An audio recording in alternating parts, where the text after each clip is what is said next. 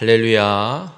오늘 고린도전서 10장 11절에서 13절까지 말씀을 함께 봤습니다. 하나님께 은혜를 받은 이스라엘 백성들이 출애굽을 해서 약속의 땅 가나안 땅을 향해 가는 가운데 광야에서 악을 행하여 이들이 모두 광야에서 멸망당했음을 바울이 분명하게 선언했습니다.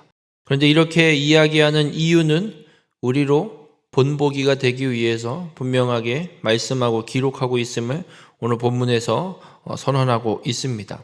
우리 모든 성도님들, 하나님은 우리를 넘어뜨리려는 분이 아니라 우리를 굳게 세우시려는 분임을 믿으시고 믿으신 하나님을 따라서 온전히 행하여서 하나님 나라에 들어가는 귀한 축복의 삶이 되시길 주님의 이름으로 축원합니다.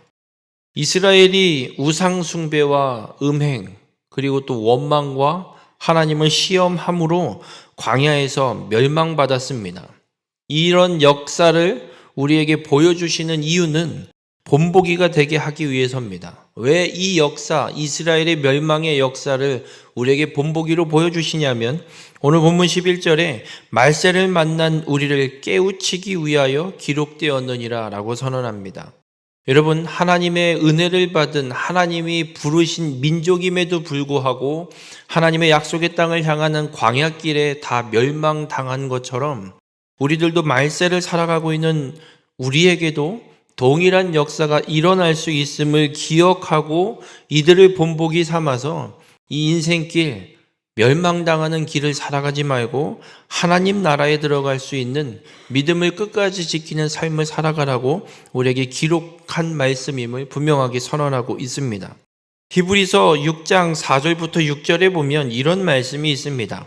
한번 빛을 받고 하늘의 은사를 맛보고 성령에 참여한 바 되고 하나님의 선한 말씀과 내세의 능력을 맛보고도 타락한 자들은 다시 새롭게 하여 회개하게 할 수 없나니 이렇게 기록합니다.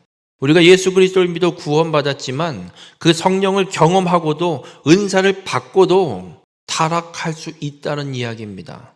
그래서 바울은 오늘 12절에 이렇게 이야기합니다. 그런즉 선줄로 생각하는 자는 넘어질까 조심하라. 이 우상 제물을 먹어도 되냐, 먹으면 안 되냐라는 이 질문에 대해서 사도 바울은 지금 대답을 하고 있는 중입니다. 그래서 우상에 대한 지식이 있어서 우상의 제물을 먹어도 아무렇지도 않다. 우상은 아무것도 아니기 때문에 그 제물을 먹어도 아무렇지도 않다. 그러니 먹겠다라고 이 지식을 갖고 있지만 우상 제물을 먹는 일이 우상 숭배 이후에 벌어지는 음행에 참여하는 일이 될 수 있음을 분명히 기억하고 나는 지식이 있어서 아무렇지도 않다라고 생각하고 마음대로 행동할 것이 아니라 항상 내가 하는 행동 또 내가 하는 삶의 이 모습이 믿음을 끝까지 지키는 길인지 아니면 타락을 향하는 길인지 내가 믿음이 있다고 지식이 있다고 자부할 것이 아니라 항상 스스로를 경계하고 조심해야 될 것을 분명하게 선언하고 있습니다. 그래서 사도 바울도 9장 27절에 내가 남에게 전파한 후에 자신이 도리어 버림을 당할까 두려워함이라라고 분명하게 선언합니다. 그렇게 복음을 위해 그 사명을 다 감당한 바울도 넘어질까 봐 버림당할까 봐 항상 스스로를 경계하고 스스로를 채찍질하고 있음을 분명하게 선언하고 있습니다. 우리 모든 성도님들 지식이 있다고 나는 예수 그리스도 믿어 구원받았다고 오만하게 자만하게 살아가는 자가 아니라 넘어질까 조심하는 자가 되시길 바랍니다. 항상 나 자신을 경계함으로 하나님 나라의 끝까지 들어가는 믿음의 삶을 살아가는 우리 모든 성도님들이 되시길 주님의 이름으로 축원합니다. 바울은 계속해서 지식으로 행하지 말고 사랑으로 행할 것을 선언하고 있습니다. 그런데 몇몇 사람들 중에 이런 반응이 나올 수 있습니다. 내가 아무렇지도 않아서 먹는다는데 왜 남을 생각해서 먹지 말라고 이야기하냐? 그냥 먹어도 되지 않냐? 내가 왜 그 사람 때문에 내가 누릴 수 있는 권리, 내 자유를 내가 왜 포기해야 되냐라는 원망 섞인 말을 하는 사람들이 나올 수 있습니다. 여러분, 이스라엘 백성들을 통해서 분명하게 선언했습니다. 원망은 불신앙입니다. 하나님을 온전히 믿지 못하기 때문에 원망하는 겁니다. 본문 13절에 이런 이야기를 합니다. 사람이 감당할 시험 밖에는 너희가 당한 것이 없나니 오직 하나님은 미쁘사 너희가 감당하지 못할 시험을 당함을 허락하지 아니하시고 시험 당할 즈음에 또한 피할 길을 내사 너희를 능히 감당하게 하시느니라. 여러분, 하나님은 미쁘신 하나님입니다. 그리고 우리의 삶을 언제나 책임지시고 동행하시고 인도하시는 분임을 분명하게 믿으시길 바랍니다. 우리가 믿음의 삶을 살아가는 가운데 원망의 상황들이 생길 수 있습니다. 오늘 이 바울이 선언하고 있는 것처럼 지식으로 행하지 말고 사랑으로 행하라고 이야기할 때도 원망할 수도 있습니다. 이 원망은 불신앙 때문에 오는 겁니다.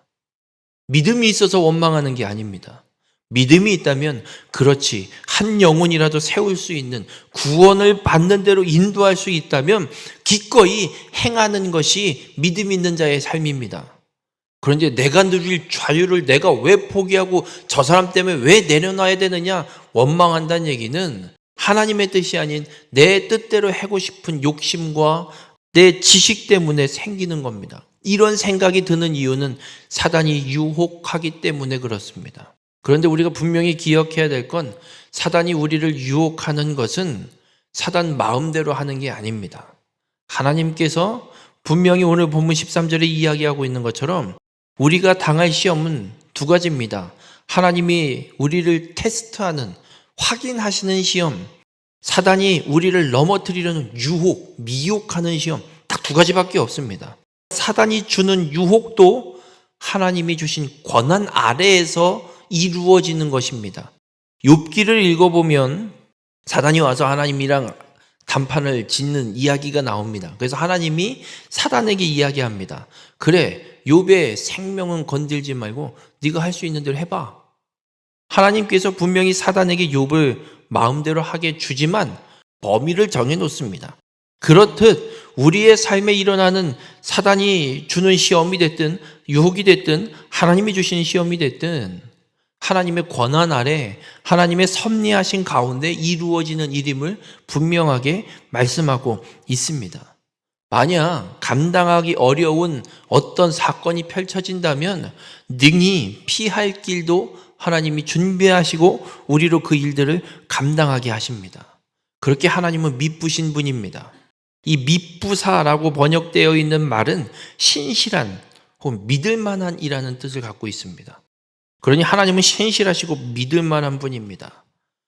그러니 우리의 삶에 오늘 바울이 이야기하고 있는 것처럼 내 자유를 내려놓고 한 사람이라도 더 구원받도록 세우는 일을 위해서 나의 자유까지 내려놓고 나의 지식까지 내려놓고 기꺼이 사랑으로 행하라고 이야기할 때 내 자유를 내가 왜 못 누려 이것이 아니라 기꺼이 신실하신 하나님께서 내 삶을 온전히 이루어가고 인도하심을 믿고 기꺼이 내려놓고 하나님의 뜻 가운데로 걸어가라고 분명하게 선언하고 있는 겁니다. 우리 모든 성도님들 하나님을 신뢰하시는 자가 되시길 바랍니다. 어떤 삶의 상황이 펼쳐져도 하나님은 우리를 버려두시는 분이 아닙니다. 그래서 끝까지 하나님을 신뢰함으로 믿음의 길을 끝까지 걸어가는 자가 되시길 바랍니다. 어떤 유혹이 어떤 시험이 와도 우리는 하나님의 그 보호 아래에 있음을 믿으시고 믿음을 끝까지 지켜 하나님 나라에 들어가는 귀한 성도님들이 되시길 주님의 이름으로 간절히 부탁을 드립니다. 오늘 바울은 우리에게 분명하게 선언하고 있습니다. 그렇게 스스로를 넘어질까 경계하고 믿음을 끝까지 지켜 사랑으로 행하여서 하나님을 신뢰하고 끝까지 하나님 나라에 들어가기까지 믿음을 지키는 삶을 살아가라고 분명하게 선언하고 있습니다. 우리 모든 성도님들의 삶이 그렇게 미쁘신 하나님을 신뢰함으로 끝까지 믿음을 지켜 믿음의 길을 걸어가서 하나님 나라에 들어가는 우리 모든 성도님들이 되시기를 주님의 이름으로 축원합니다.